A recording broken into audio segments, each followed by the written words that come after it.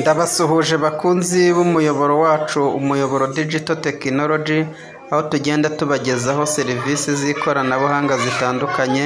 Muri aka kanya mbazaniye imashini igufasha gufunika ibyangombwa cyangwa se amafoto manini cyangwa se buri kimwe cyose ushaka gufunika, iyi mashini rwose yabigufashamo.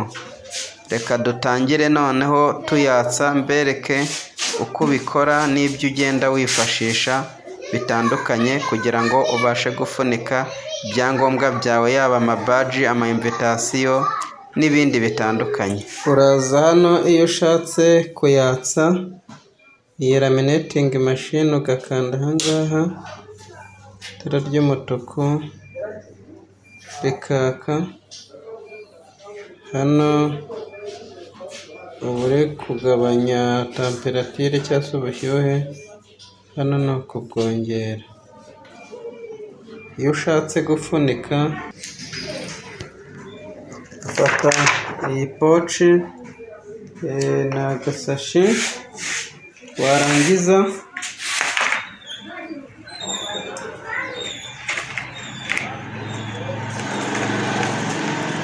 ugashyiramo neza hano muri urupapuro ibirete, warangiza rwose ukinjizamo hano ahasigaye, karaminetinga rukijyana,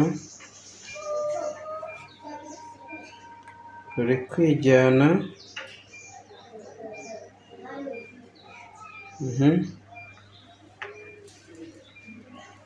Iyi bayita laminating machine,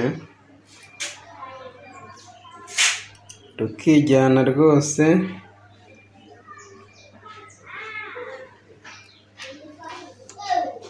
Ukagenda twageramo hano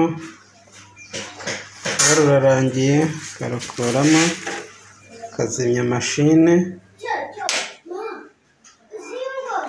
rikazima umva uko ruvuga.